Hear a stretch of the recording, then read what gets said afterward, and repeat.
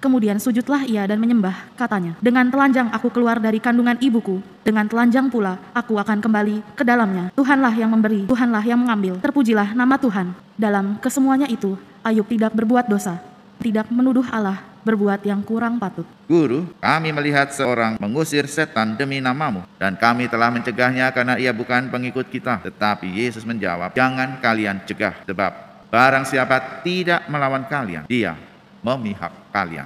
Tingginya pangkat, hebatnya martabat, banyaknya uang, kekayaan di dalam properti, tetapi lebih daripada itu, hidup sederhana dan telanjang di hadapan Allah seperti seorang anak. Itulah yang juga dipunyai oleh Ayub yang kita temukan dalam Perjanjian Lama. Hidup rohani Ayub melampaui hidup rohani orang pilihan Allah pada saat itu. Karena bagi bangsa Israel, terberkati identik dengan popularitas, identik dengan kekayaan, identik dengan hidup dalam sejahtera. Ayub, hidup rohaninya melampaui apa yang dipahami bangsa pilihan saat itu. Terberkati di hadapan Allah berarti bisa saja menderita, karena di sana Allah memuji dan memurnikan hidup kita.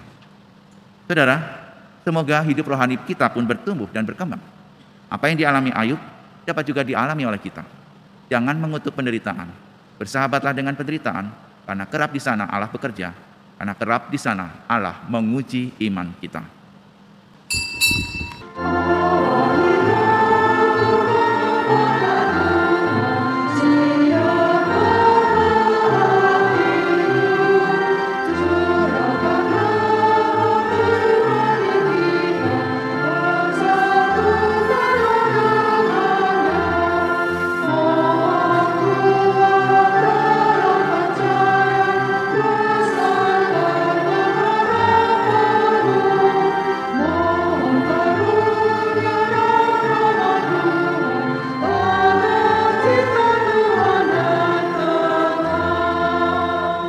Dalam nama Bapa dan Putra dan Roh Kudus. Amin. Rahmat Tuhan kita Yesus Kristus, cinta kasih Allah, dan persekutuan Roh Kudus bersamamu.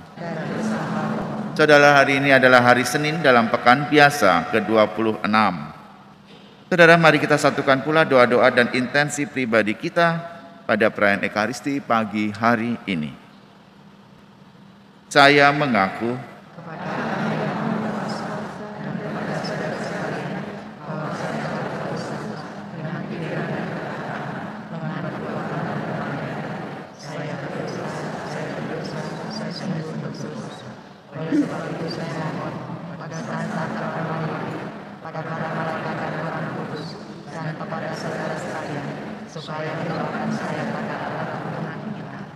semoga Allah yang Maha Kuasa mengasihi kita, mengampuni dosa kita, dan mengantar kita ke hidup yang kekal. Amin. Tuhan kasihanilah kami.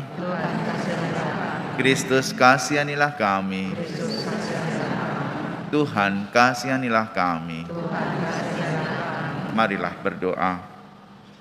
Allah Bapa yang penuh kasih, semoga kami senantiasa berjaga-jaga agar dapat mendengarkan sabda-Mu dengan seksama dan melaksanakannya dengan gembira. Demi Yesus Kristus Putra-Mu Tuhan dan pengantara kami. Amin. Bacaan dari kitab Ayub. Pada suatu hari, anak-anak Allah datang menghadap Tuhan, dan di antara mereka datanglah juga iblis. Maka bertanyalah Tuhan kepada iblis, "Dari manakah engkau?" Jawab iblis, "Dari perjalanan mengelilingi dan menjelajahi bumi." Lalu bersabdalah Tuhan, "Apakah engkau memperhatikan hamba-Ku Ayub? Sebab tiada seorang pun di bumi seperti dia, begitu saleh dan jujur, takwa dan menjauhi kejahatan." Lalu jawab iblis, "Bukankah Ayub mendapat keuntungan karena takwanya? Bukankah engkau yang membuat pagar sekeliling dia dan rumahnya, serta segala miliknya? Apa saja yang dikerjakannya telah kau berkati, dan apa yang dimilikinya makin bertambah di negeri itu. Tetapi ulurkanlah tanganmu dan jamahlah segala yang dipunyainya, ia pasti mengutuk engkau di hadapanmu." Maka Tuhan bersabda kepada iblis, "Nah, sekarang yang dipunyainya ada dalam kuasa-Mu. Hanya janganlah Engkau mengulurkan tangan-Mu terhadap dirinya. Kemudian pergilah iblis dari hadapan Tuhan. Pada suatu hari, ketika anak-anak Ayub, laki-laki dan perempuan, makan-makan dan minum anggur di rumah saudara mereka yang sulung, datanglah seorang pesuruh kepada Ayub dan berkata, sedang lembu sapi membajak dan keledai-keledai betina makan rumput di sebelahnya. Datanglah orang-orang Sheba menyeberang dan merampasnya, serta memukul penjaganya dengan mata pedang. Hanya aku sendiri yang luput, sehingga dapat memberitahukan hal itu kepada Tuhan. Sementara orang itu berbicara, datanglah orang lain dan berkata, api telah menyambar dari langit dan membakar serta memakan habis kambing domba dan para penjaga. Hanya aku sendiri yang luput, sehingga dapat memberitahukan hal itu kepada Tuhan. Sementara orang itu berbicara, datanglah orang lain lagi dan berkata, orang-orang Kasdim membentuk 3 pasukan, lalu menyerbu unta-unta dan merampasnya, serta memukul para penjaga dengan mata pedang. Hanya aku sendiri yang luput, sehingga dapat memberitahukan hal itu kepada Tuhan. Sementara orang itu berbicara, datanglah orang lain lagi dan berkata, anak-anak Tuhan lelaki dan perempuan sedang makan-makan dan minum anggur di rumah saudara mereka yang sulung. Maka tiba-tiba angin ribut bertiup dari seberang padang gurun. Rumah itu dilandanya dari 4 penjuru, dan roboh menimpa orang-orang muda itu, sehingga mereka tewas. Hanya aku sendiri yang luput, sehingga dapat memberitahukan hal itu kepada Tuhan. Maka berdirilah Ayub, lalu mengoyak jubahnya dan mencukur kepalanya. Kemudian sujudlah ia dan menyembah, katanya, dengan telanjang aku keluar dari kandungan ibuku, dengan telanjang pula aku akan kembali ke dalamnya. Tuhanlah yang memberi, Tuhanlah yang mengambil, terpujilah nama Tuhan. Dalam kesemuanya itu, Ayub tidak berbuat dosa, dan tidak menuduh Allah berbuat yang kurang patut. Demikianlah sabda Tuhan. Syukur kepada Allah. Mazmur tanggapan dengan refren, condongkanlah telingamu kepadaku dan dengarkanlah kataku. Condongkanlah telingamu kepadaku dan dengarkanlah kataku. Dengarkanlah Tuhan pengaduan yang jujur, perhatikanlah seruanku, berilah telinga kepada doaku, doa dari bibir yang tidak menipu. Condongkanlah telingamu kepadaku dan dengarkanlah kataku. Daripadamulah kiranya datang penghakiman, kiranya matamu melihat apa yang benar, bila engkau menguji hatiku, bila engkau memeriksa pada waktu malam dan menyelidiki aku, maka tidak suatu kejahatan pun kau temukan, mulutku tidak terlanjur. Condongkanlah telingamu kepadaku dan dengarkanlah kataku. Aku berseru kepadamu, karena engkau menjawab aku, ya Allah. Sendengkanlah telingamu kepadaku, dengarkanlah perkataanku, tunjukkanlah kasih setiamu yang ajaib. Ya, engkau yang menyelamatkan orang-orang, yang berlindung pada tangan kananmu terhadap pemberontak. Condongkanlah telingamu kepadaku dan dengarkanlah kataku. Haleluya, haleluya, haleluya.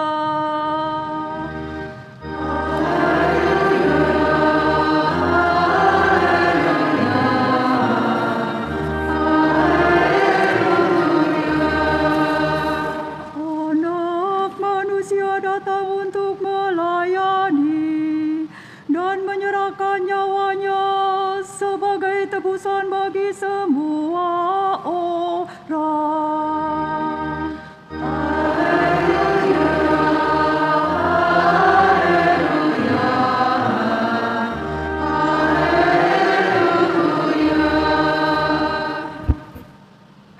Tuhan bersamamu. Dan bersama Inilah Injil suci menurut Santo Lukas.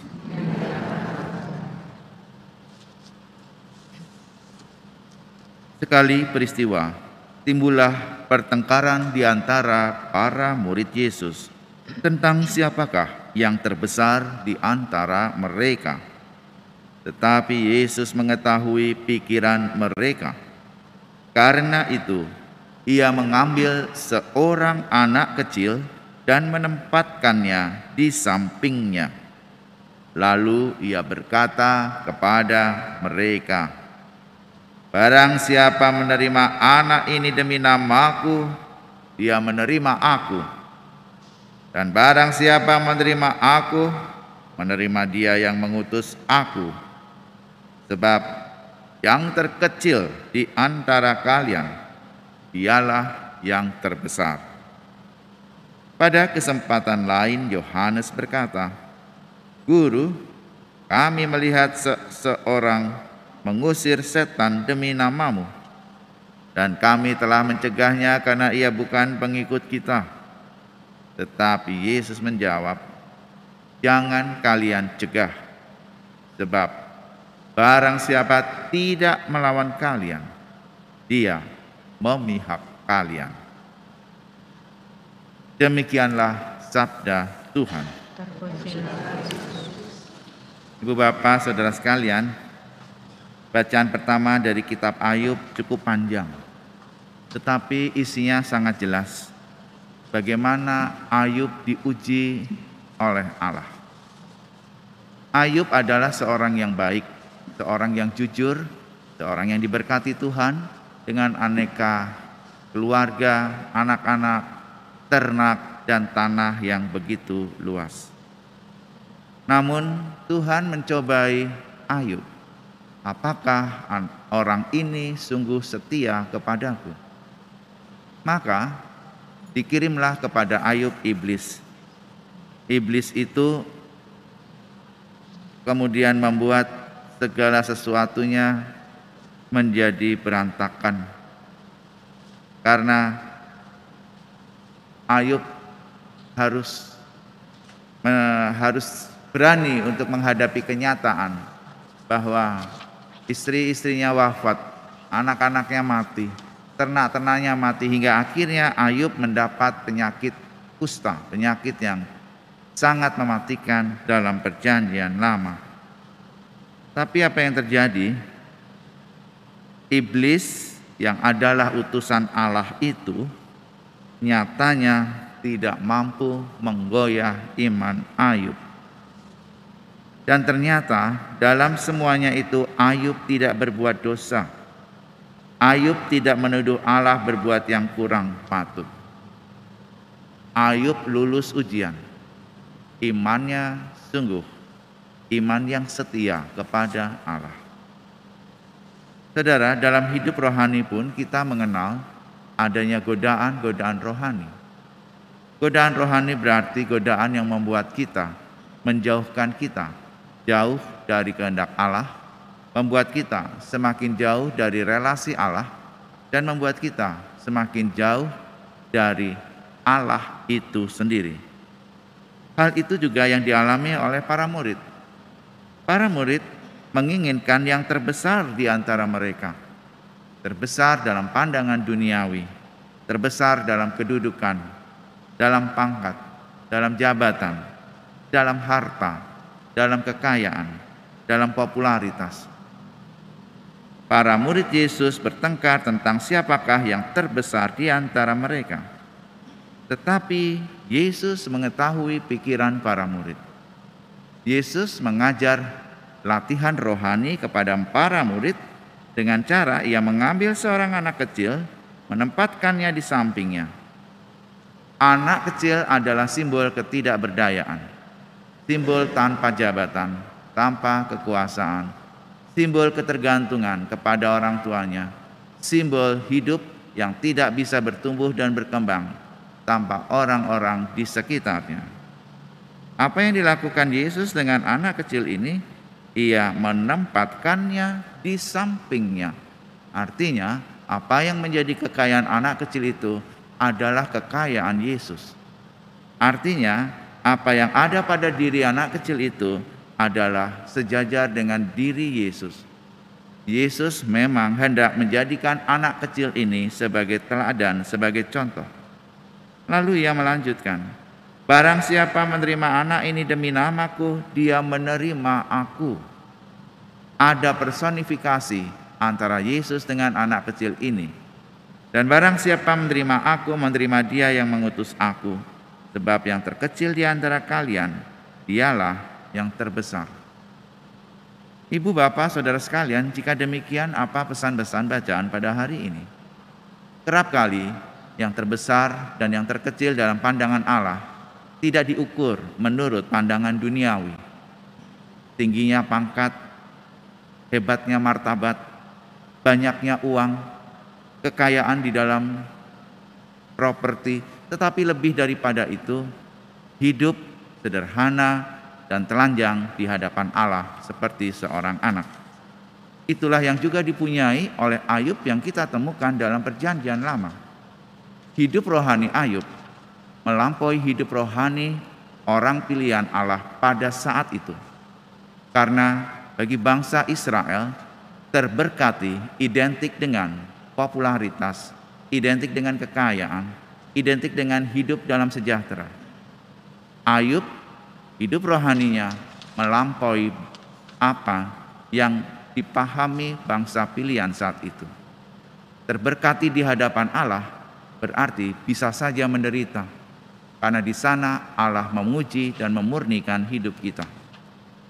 Saudara, semoga hidup rohani kita pun bertumbuh dan berkembang. Apa yang dialami Ayub dapat juga dialami oleh kita. Jangan mengutuk penderitaan.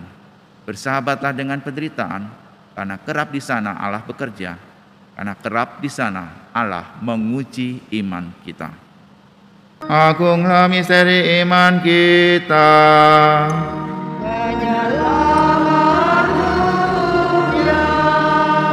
Selamatkanlah kami, karena melalui salib dan kebangkitan-Mu, Engkau telah membebaskan kami.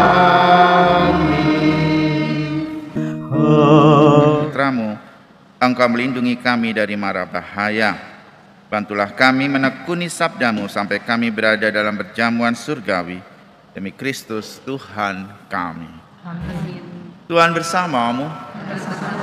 Semoga Allah yang Maha Kuasa memberkati saudara sekalian, Bapa dan Putra dan Roh Kudus. Ekaristi sudah selesai, marilah pergi, kita diutus.